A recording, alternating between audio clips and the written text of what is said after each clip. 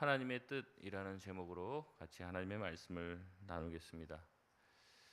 오늘 본문에서 바울은 데살로니가 교인들에게 1절 시작할 때 우리가 끝으로 주 예수 안에서 너에게 구하고 권면한다라고 말합니다.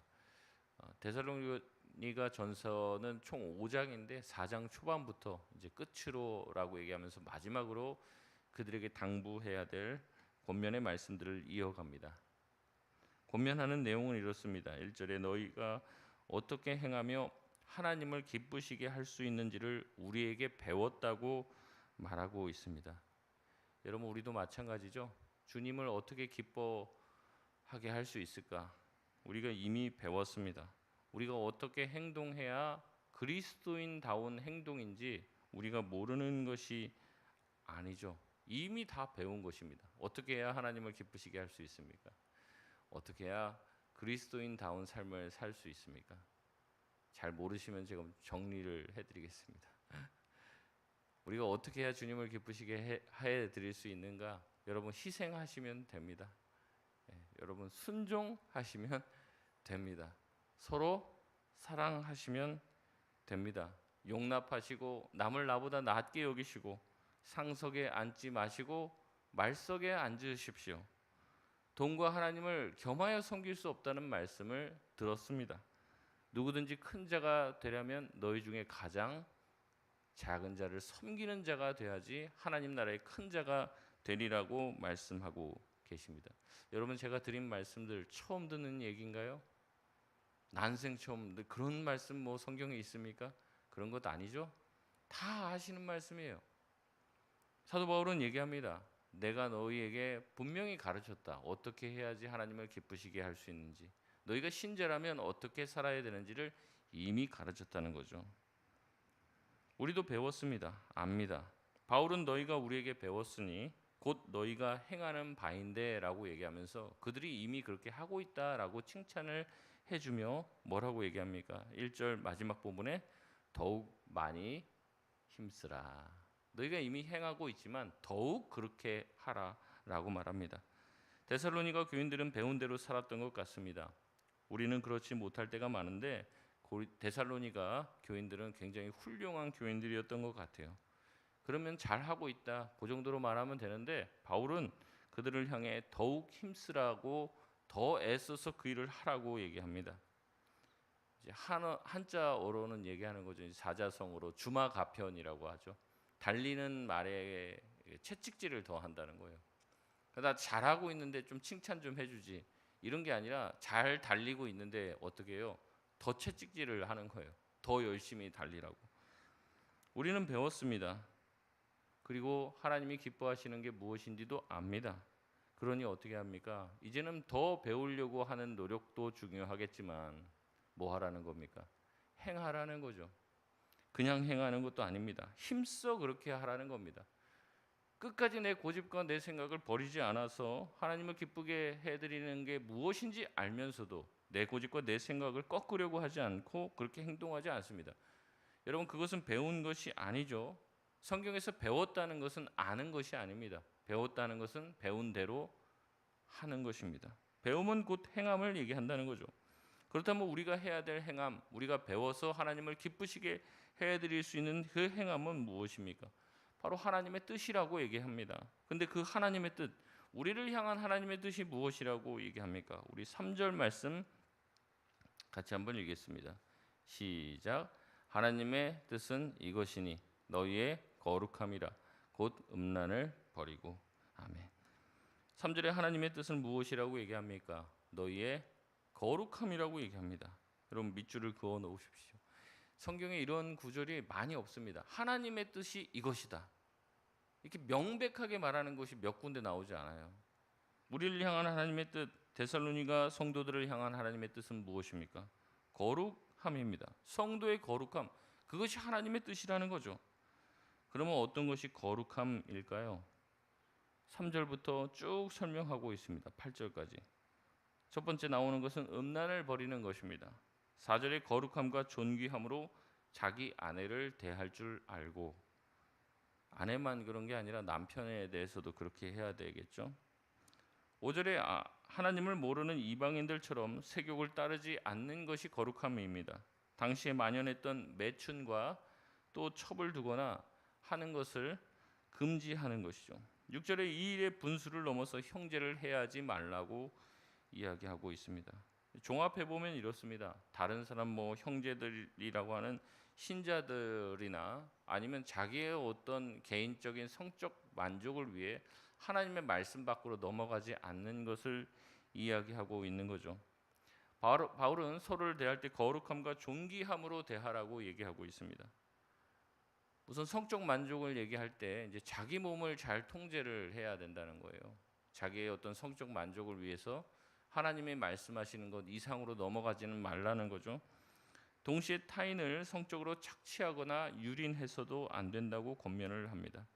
이런 권면을 하는 이유는 데살로니가 교인들이 다 그랬기 때문에 그런 것이 아니라 당시에 이런 일들이 만연했기 때문에 그렇습니다. 이것이 당시 시대 상황입니다. 당시에는 너무 많은 사람들이 성적으로 문란하고 결혼 외에 성적인 관계를 갖는 것에 대해서 굉장히 이제 그렇게 어려운 것이 아니에요.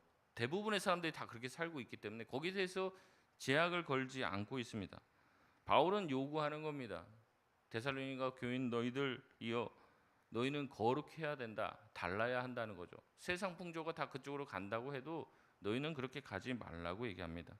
너희가 하나님의 성도라면 남들이 다 그런다고 해서 그렇게 해서는 안 된다고 강하게 권면하고 있는 겁니다. 특별히 우리가 거룩하게 살아야 되는 이유가 세 가지가 나오는데 6절에 보면 뭐라고 얘기합니까? 주께서 신원하시기 때문에 그렇다라고 얘기합니다. 이 신원하다라는 단어를 우리가 잘 모르는데 신원하다는 뜻은 하나님께서 생각하시고 심판하신다는 뜻입니다. 거룩하게 살아야 되는 두 번째 이유는 7절에 우리를 부정으로 부르신 것이 아니라 거룩으로 불렀기 때문에 그렇다라고 이야기합니다. 우리가 거룩하게 살아야 되는 세 번째 이유는 8절의 내용입니다. 우리 8절 말씀 같이 한번 읽겠습니다. 시작. 그러므로 저버리는 자는 사람을 저버림이 아니요 너희에게 그의 성령을 주신 하나님을 저버림이니라. 아멘. 8절에 보면 주어가 안 나오는 것 같아요. 저버리는 자는 하나님을 저버림이 아니요. 뭘 저버린다는 겁니까? 앞서서 말했던 거룩, 하나님께서 우리에게 요구하시는 하나님의 뜻인 거룩을 저버리고 세상 사람들처럼 성적으로 문란하게 산다면 이는 하나님을 저버리는 것이지 단순히 거룩을 저버리거나 하나님의 말씀 몇 가지를 어긴 것이 아니라는 겁니다. 당시 로마 시대에는 결혼 외에 성관계에 관대했다고 말씀드렸습니다. 그러나 바울은 너희가 거룩해야 되는데 특히 성적인 문제에서 거룩해야 되고 다른 사람들과 차별성이 있어야 한다고 얘기하는 거죠. 기본적으로 성도는 세상 사람들과는 달라야 되고 차별을 둬야 된다는 거죠. 뭔가 좀 달라야지 된다는 겁니다. 그걸로 거룩함을 드러야 된다는 거죠. 남들이 다 먹는 것을 먹어서는 거룩함을 드러낼 수가 없는 거예요. 남들 하는 것을 다 똑같이 따라하면 뭐예요? 신자나 비신자나 다를 바가 없다는 거죠. 이 거룩이라는 단어가 뭐냐면 다르다는 얘기입니다. 다르다는 거. 이제 제가 가끔 이제 이슬람 교인들에 대해서 가끔 얘기하는데 그 사람들 그래요. 안 먹는 것도 많고 절대 돼지고기 안 먹는다고 그러고 절대 그 시간들 자기 기도 시간들 있잖아요. 그거는 무조건 지켜야 되는 거예요. 일을 하다가도 그거 하고. 제가 이제 부산에 있으면서 거기 이제 지금 최대로 모여 있는 외국인들 이슬람들 최대로 모여 있는 단지가 이제 김해 이제 공단 단지인데 거기는 아예 그 기도 시간이 되면은 아예 그 방송이 나온다는 거예요. 그 동네에 그냥 빵 하면서 이제 이제 아랍 말이 이제 막 나오면은 수많은 그 아랍 사람들이 나와서 바닥에다 비가 오나 눈이 오나 양탄자 깔고 거기서 절하고 기도하고 아예 도로에서 다 그러고 있다는 거예요. 어마어마하게. 만약에 여러분 기독교인들이 모여서 몇 시? 12시 정오 기도 시간입니다. 기도합시다. 그러고 하면 얼마나 손가락질을 하겠습니까? 우리는 그렇게 안 하죠. 심지어는 애들도 학교에서 기도하면서 밥 먹는 것도 눈치 본다는 거예요. 안 한다는 거죠. 애들이 기본적인 우리 어렸을 때는 밥 먹기 전에 기도하고 이런 것들도 애들이 잘 교육이 안 돼 있어요. 그런 일들도 많고 그렇게 뭔가 내가 달리 보이지 않고 싶어 하죠. 세상 사람들과 내가 좀 다르게 보이고 싶지 않아요. 근데 이제 이슬람 교인들만 해도 어떻게 합니까? 그 사람들은 자기네들이 다름을 자랑해요. 나는 그렇기 때문에 안 한다. 막 머리나 뭐 뒤집어 쓰고 다니잖아요. 그 왜 저러고 다니나 더운데. 근데 그 사람들은 그것을 벗으면 자기가 발가벗고 다닌다고 생각을 하고 그 쓰고 다니면서 너희들과 나는 다르다. 난 다른 종교를 믿는다라는 것을 드러낸단 말이죠. 그걸 부끄럽게 생각하지 않습니다. 근데 우리는 어때요? 세상 사람들 다 그러니까 우리가 똑같은 거 먹고 똑같은 거 마시고 또 세상 사람들이 다 그렇게 하니까 다 그렇게 한다는 거죠. 믿는 사람이나 믿지 않는 사람이나 청년들 조사해 보면 성적 관계를 맺는 거에 있어서 비율이 다르지가 않다는 거예요. 옛날이랑은 다르죠. 교회에서도 혼전 순결 얘기하면 옛날 사람 취급받는 시대에 살고 있습니다. 사도 바울은 얘기하는 겁니다. 그 당시에 성적인 어떤 관계가 문란하고 그게 굉장히 관용적인 태도를 가지고 있는 세상들 가운데서도 너희는 달라야 된다는 거죠. 한 아내로 만족하고 어떤 성관계라든지 자기 삶에 있어서 중요한 부분을 하나님의 말씀대로 행해 나가야 된다. 그래서 너희의 거룩함을 드러내라고 얘기하고 있는 거죠. 여러분 어떻게 우리가 거룩할 수 있습니까? 하나님 중심이 되어야 거룩할 수 있는 줄 믿습니다. 남들 보고 그다음에 내 자신의 욕망에 취해 있으면 자기 중심이 되는 거죠. 딴 사람의 시선을 의식하면 다른 사람 중심이 되는 거예요. 근데 우리가 하나님 중심이 된다는 것, 하나님의 눈치를 보고 하나님을 의식하고 산다면 하나님이 기뻐하시는 길을 걸어갈 수 있겠죠. 근데 우리가 그것보다 더 많은 것, 체면을 생각하고 평판을 생각하고 그러다 보니까 하나님 중심이 되지 못하는 겁니다. 결국 하나님을 기뻐하시게 하는 자가 아니라 사람을 기쁘게 하는 사람이 된다는 것이죠. 바울은 얘기합니다. 너희의 거룩함을 지키라고 얘기하죠. 마지막 9절에서 12절의 말씀을 보면은 여기에는 바울은 개인의 어떤 거룩을 뛰어넘어 이제는 형제 사랑 공동체의 삶에 대해서 얘기합니다. 공동체의 삶도 거룩해져야 되는 거죠. 어떻게 거룩해질 수 있습니까? 바로 형제 사랑을 실천함으로 거룩해질 수 있습니다. 9절의 말씀에 바울은 칭찬합니다. 똑같이 앞에서와 마찬가지로 먼저 칭찬을 해요. 형제 사랑에 대해 너희에게 쓸 것이 없음은 너희가 서로 이미 사랑하고 있기 때문에 그렇다라고 얘기합니다. 10절에 다시 한번 칭찬합니다. 너희가 온 마게도냐 형제들에게 사랑을 베풀었으니 또 뭐라고 얘기합니까? 더욱 그렇게 행하라고 이야기합니다. 앞서 말씀드렸던 주막 아편, 지금도 너희가 사랑하고 있지만 앞으로도 어떻게 하라는 겁니까? 더욱더 뜨겁게 사랑하라라고 권면하고 있습니다. 그러면서 권면을 이어나가는데요. 우리 11절 말씀 같이 한번 읽겠습니다. 11절 시작. 또 너희에게 명한 것 같이 조용히 자기 일을 하고 너희 손으로 일하기를 힘쓰라. 아멘. 데살로니가 교인들은 대부분 열심히 자기 맡은 사역들을 감당해 나갔습니다. 성실히 자기의 맡은 그 직업의 일을 수행했습니다. 그러나 일부 게으른 자들이 다른 사람의 수고로 얻은 유익을 먹기만 하고 자기 손으로 일하기는 원하지 않았던 것 같습니다.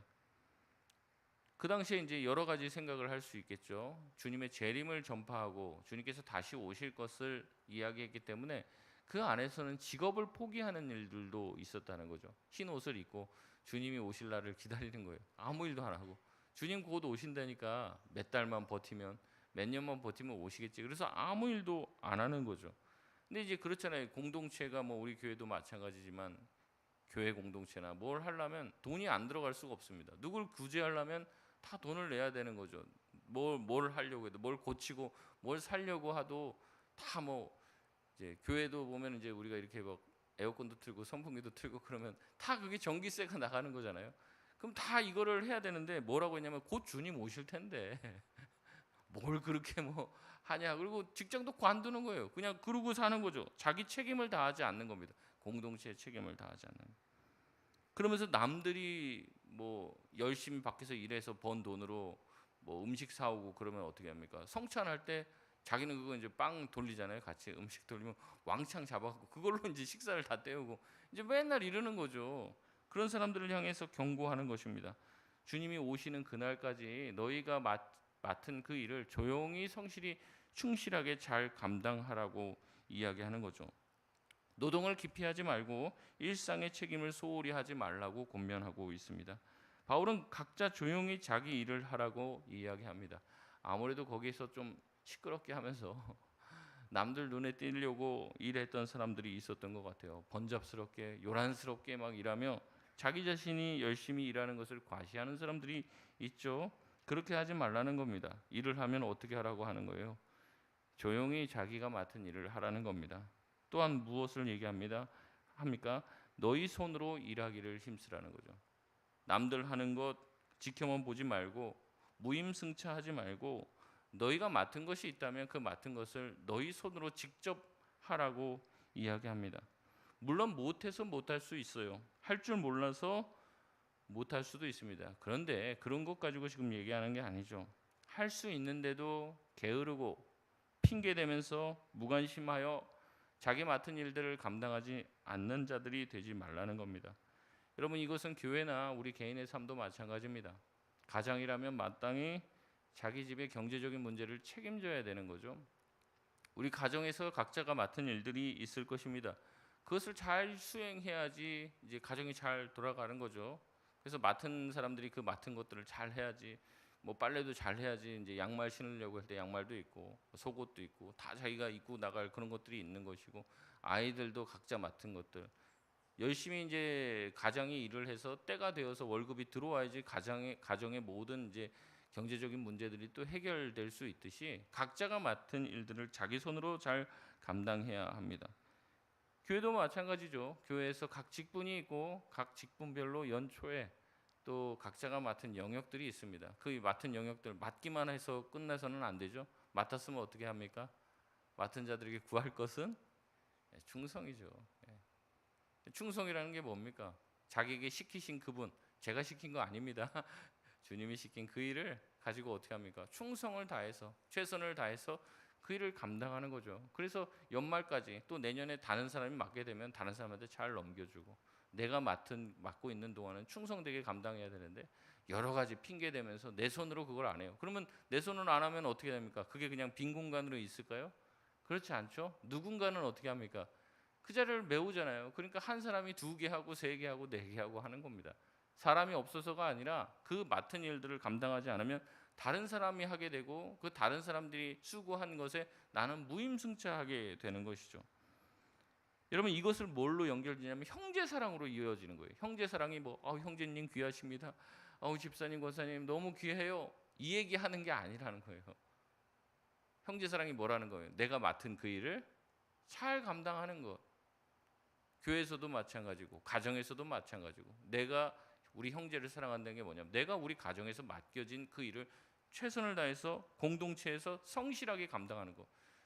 주님 오시니까 뭐 직장 뭐 다닐 필요가 뭐가 있어? 직장 안 다녀. 돈이 없어요. 그러니까 돈 없으니까 나는 교회 공동체나 이런 데 낼 것도 없고, 나는 뭐 할 줄 아는 것도 없으니까 교회에서 맡겨줘도 그 일도 안 하고, 그래서 게으르게 있으면서 공동체에서 나오는 유익은 다 누리는 사람들에 대해서 바울은 그렇게 하지 말라고 얘기하는 거죠. 여러분, 왜 그렇게 하지 말아야 되는 줄 아십니까? 12절 말씀 우리 같이 한번 읽겠습니다. 시작. 이는 외인에 대하여 단정히 행하고 또한 아무 궁핍함이 없게 하려 함이라. 아멘. 이 외인이라는 것은 믿지 않는 사람, 교회 밖에 있는 사람이에요. 근데 교회 안에 있는 사람들이 뭐냐면 아무 일도 안 하고 주님 오시니까 직장도 다 관두고 자기가 맡은 그 책임들을 잘 감당하지 않아요. 심지어 우리 가족에 나만 믿고 있는데 내가 그러고 있어요 지금. 곧 주님 오실 텐데 집안일도 안 하고 가장인데 교회만 가고 직장은 나가지도 않고, 이렇게 되면 어때요? 외인들이 뭐라고 생각하는 겁니까? 저 예수 믿으면 저거 안 되겠다. 완전히 사람의 맛이 가고 자기가 맡은 의무는 감당하지 않고 가정을 완전히 망가뜨리네. 그러면서 외인들한테 뭐예요? 공격을 받는다는 거죠. 그러니까 그렇게 하지 말라는 겁니다. 비방거리가 되지 않으려면 최선을 다해서 자기가 맡은 일들을 잘 감당해 나가라는 거죠. 결국에 집안에 자기가 가장인데 뭐 예수님 믿는다고 하면서 직장도 그만두고 가정의 경제적인 문제도 다 내팽개치고, 그러면 어떻게 합니까? 돈 꾸러 다녀야 되잖아요. 와이프가 돈 꾸러 다녀요. 그러면 이제 돈을 꾸러 왔을 때 믿지 않는 사람들이 뭐라고 얘기합니까? 야, 네 남편은 예수 믿고 그렇게 하더니 완전히 그냥 어디에 뭐 미쳐갖고 네 일도 감당하지 못하고 그래갖고 지금 그렇게 가난하게 사네. 이렇게 된다는 거죠. 그러면 그게 모든 게 다 비방거리가 되고 또 어떻게 되는 겁니까? 전도의 문을 맡게 되는 거죠. 그러니까 이런 일들 때문에 너에게 맡겨진 일을 잘 감당하고, 이것이 바로 너희가 거룩하게 살고 형제 사랑을 실천하는 일이라는 거죠. 다른 형제들에게 경제적인 문제로 폐를 끼치거나 어려움을 당하게 하면 이것이 그리스도인이라고 하는, 교회라고 하는 예수님 하나님에 대한 평판을 해치는 일이 되기 때문에 전도의 문을 막고 형제 사랑을 무너뜨리는 일이 될 수 있으니, 바울은 예수 믿는 모두가 자기 삶에 맡겨진 모든 일들에 대해서 게으르지 말고 성실히 최선을 다해 살라고 권면하고 있습니다. 말씀을 맺겠습니다. 우리는 먼저 오랜 시간 동안 말씀을 배웠습니다. 어떻게 살아야 될지, 어떻게 해야지 하나님을 기쁘시게 해드릴 수 있는지, 어떤 것이 형제 사랑인지를 배웠습니다. 그럼에도 불구하고 우리는 그렇게 살지 않을 때가 많죠. 우리 안에 죄성 때문에 그렇습니다. 타협하며 살며 합리화시키며 삽니다. 바울은 그렇게 하지 말라고 얘기합니다. 최선을 다해서 거룩히 살고 다르게 살라고 말합니다. 우리를 향한 하나님의 뜻이 명백하니 바로 거룩이라고 얘기합니다. 동시에 형제 사랑을 잃지 말고 교회에서나 가정에서나 직장에서나 최선을 다하며 누구보다도 열심히 성실히 주님 오시는 날까지 살라고 권면하고 있습니다. 그것이 바로 믿음을 증명하는 길이고 외인들에게 칭찬받는 길이고 전도의 문을 여는 길이라고 말하고 있습니다. 오늘 이 말씀 들은 대로 오늘 하루도 주님이 주신 하루를 최선을 다해 살아갈 수 있는 저와 여러분 되시길 주님의 이름으로 축원드립니다. 우리 이 시간 같이 기도하겠습니다.